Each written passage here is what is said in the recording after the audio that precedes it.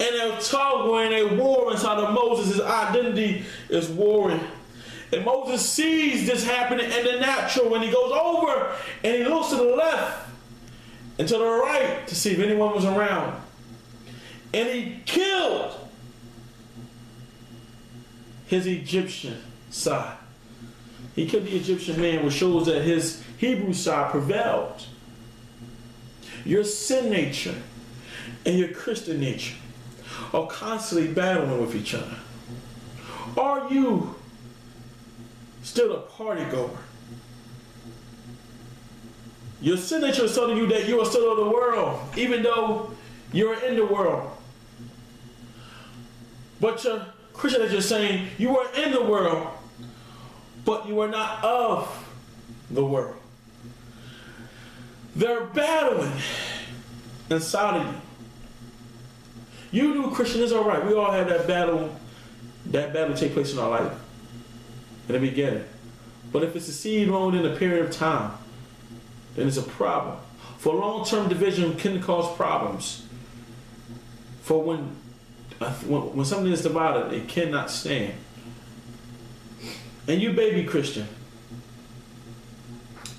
you knew God all your life, and you're still stuck on the Word of God.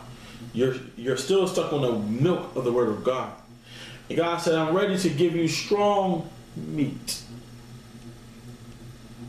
Like my daughter, my youngest daughter, she's a baby, and she's a baby. She's new to the world. She does baby things. I have another daughter and a son who were once babies.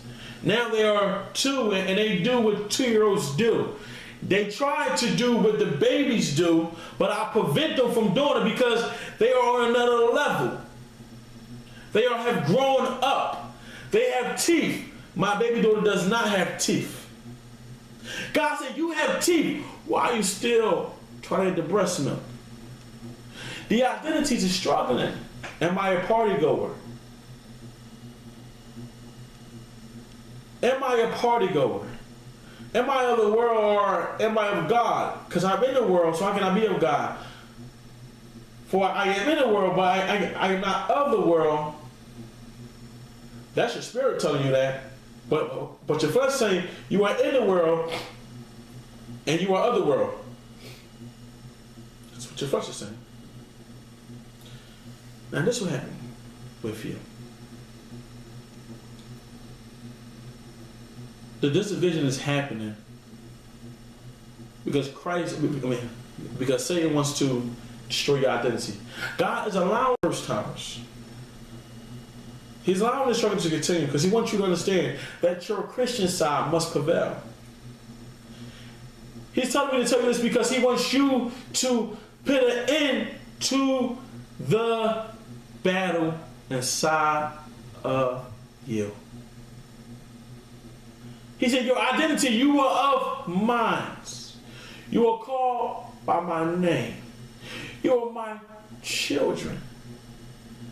God said he's tired. He allowed the division to happen, but you took it too far now. It's time to stop looking to see if anyone is around and to strike your Egyptian brother and kill the flesh. Kill that nature that's of sin and let your Christian side prevail. I find it weird that when Moses does this thing, kills his Egyptian partner, his Egyptian side, or the Egyptian, and he hides his body. The next day he goes into the Hebrew camp and he sees 2 Hebrews fighting, 2 Christians fighting. 2 Christians fighting. And they try to brace them up and they begin to bring up his past. People will bring your past up every single time.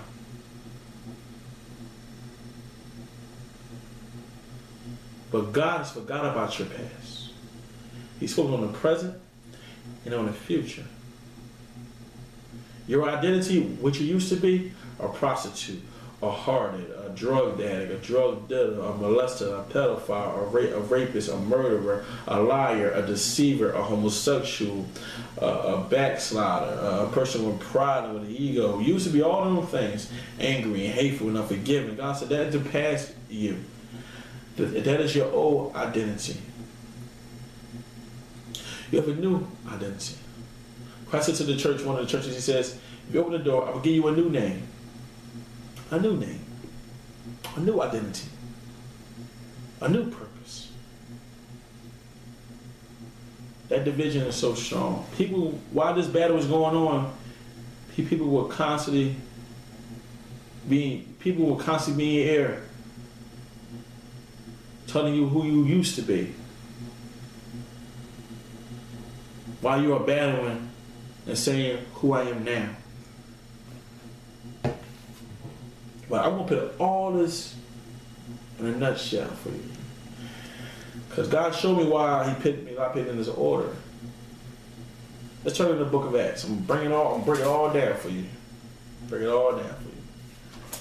So that was for the new Christian and for the baby Christian who's still drinking the milk of the Word of God.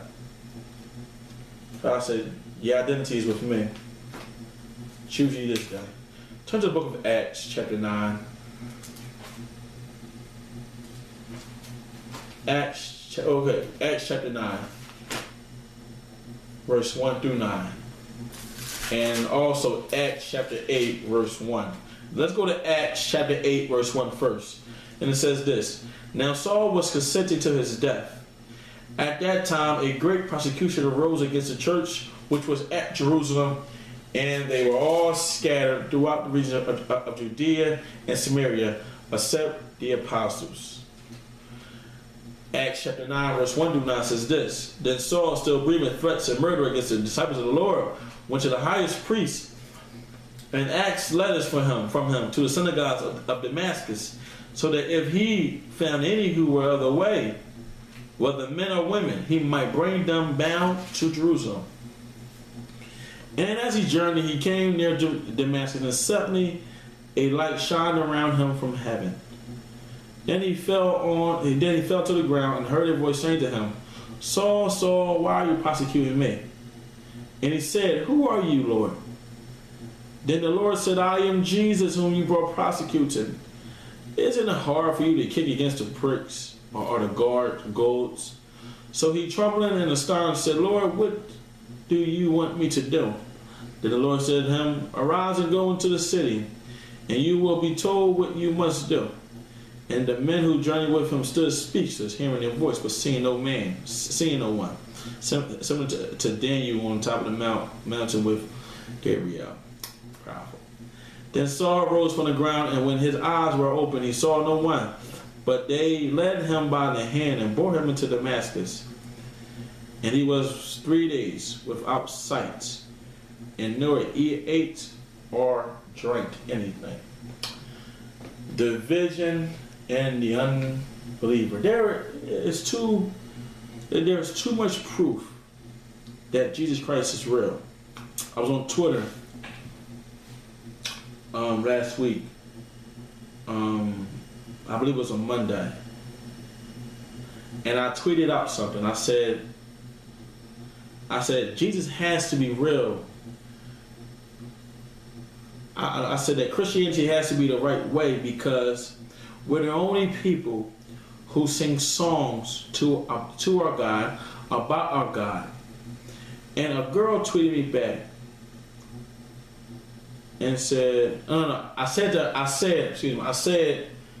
this should prove something, that we're the only people, only religion that sings to our God about him.